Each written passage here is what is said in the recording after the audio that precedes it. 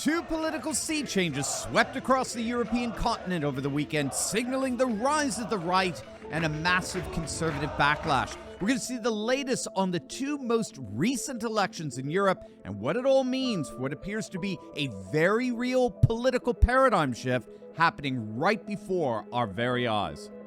Hey gang, it's me, Dr. Steve, your Patriot Professor, here to help you stay sane during these insane times. So make sure to smack that bell and subscribe button, and let's dive right in. After 8 years of socialist rule, the nation of Portugal has officially turned to the political right. The winner of yesterday's national elections was the center-right Democrat Alliance, which came in first with about 30% of the vote, but the real winner of the night was the astonishing rise of the Nationalist Populist Party known as Chega. It's an astonishing surge. This once obscure party that's barely 5 years old came in at a strong third with 20% of the vote, just behind the Socialists. All told, the center-right has garnered the majority vote needed for Portugal to take its place among the rising nationalist right nations that are beginning to dominate European politics. But that said, we really need to appreciate just how stunning yesterday's results were in Portugal.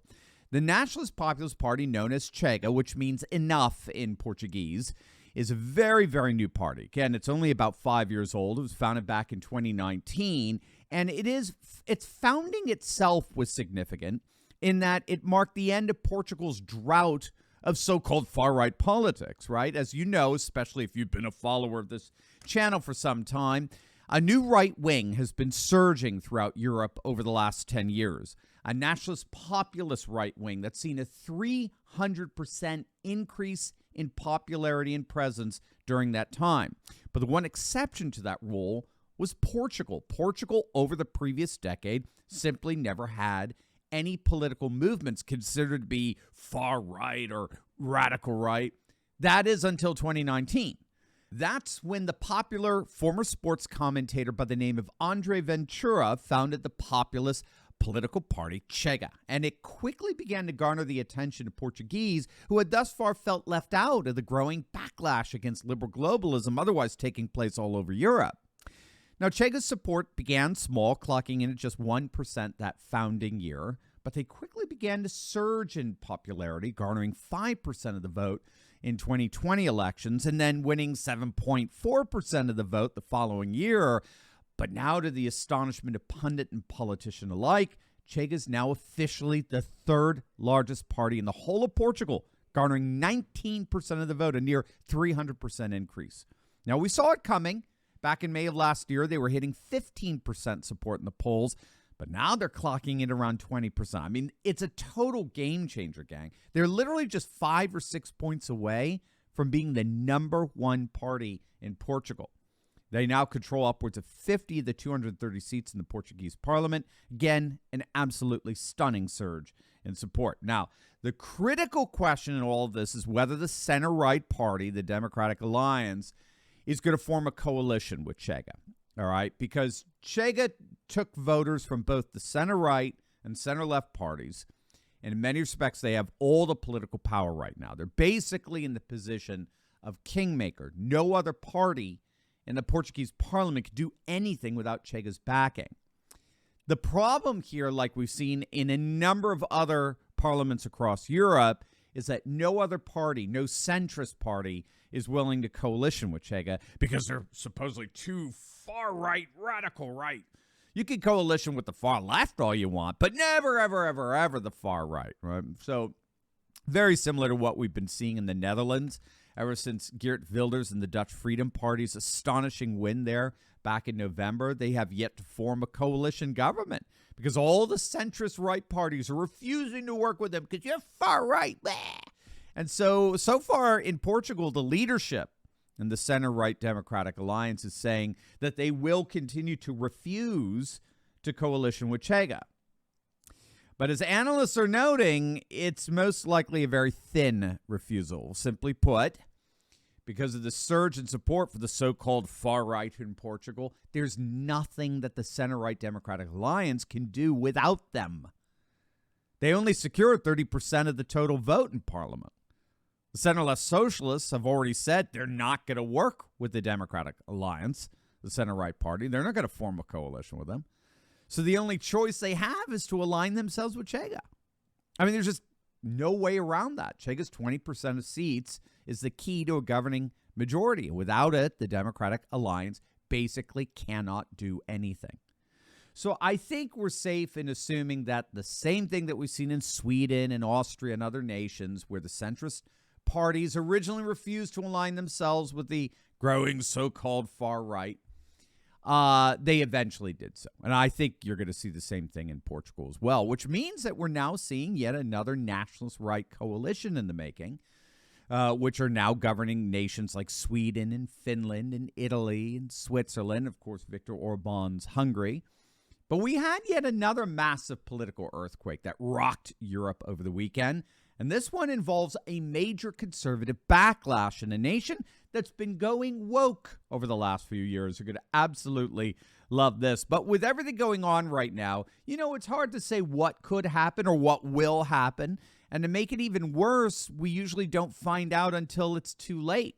But when it comes to your money, you should understand what's at stake. So that's why I partnered with Gold Code. Now, you guys know I'm a big fan of hedging future risks with the timeless value of gold and silver. And that's why you have got to click on that link below or go to turleytalkslikesgold.com to get your own free gold and silver kit. It's an amazing free resource that shows you step-by-step how to get into precious metals, tax-free and penalty-free, even if your money's still in a retirement account like an IRA or a 401k. And the best part, gang, is that you may already qualify to get up to $10,000 in free silver. Now, you've seen the writing on the wall. Click on that link below or go to turleytalkslikesgold.com to get your free gold and silver kit, because this is about taking back control of your privacy and your freedom. We can't predict the future, but we can certainly prepare for it. So don't wait. Take action now to defend your freedom, your privacy, and your future. Click on that link below right now.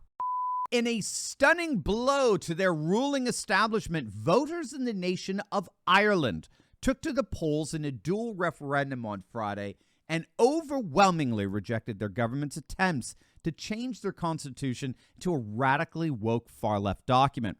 The Liberal Irish government proposed two amendments that would change the meaning of the words women and family to be far more inclusive of alternative lifestyles and transgender identities.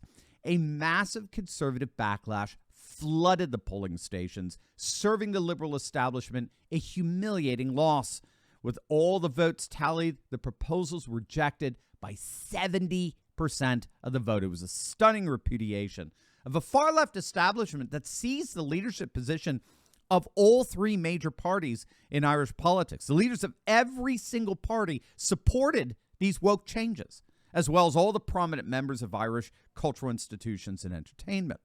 I mean, the fact that this dual referendum went down in flames in such dramatic fashion exemplifies a theme that we talk about often on this channel, the significant and growing cultural gap or chasm between the people and their political cultural elite. British scholar Matthew Goodwin found out recently that upwards of 70% of Europeans overall believe that their government and their politicians rule in accordance with their own values, interests, and concerns at the expense of the values, interests, and concerns of the people. For example, while surveys consistently show that the vast majority of Brits believe that immigration is often detrimental to society, less than 20% of British politicians thought the same way. There is, in survey after survey, a clear, increasingly unbridgeable gulf between the values, interests, and concerns of the political and cultural elite versus the values, interests, and concerns of the people. And that gap is beginning to reveal itself more and more throughout the continent of Europe. Take a look at this. More and more headlines are recognizing that the populist right is actually poised to win a majority of seats in the European parliamentary elections coming up this summer. Now, if you don't know, 2024 is the year of elections across Europe for the EU Parliament. And already the legacy media is freaking out at all the polls that show that not only are populist anti-EU forces surging, but they may indeed end up winning the single biggest block of all the coalitions in the European Parliament. I mean, it's that serious if you're pro-Davos, pro-Brussels globalist. The situation is that dire. And what we just witnessed over the weekend is a further indication that the populist right uprising throughout Europe may just be getting started.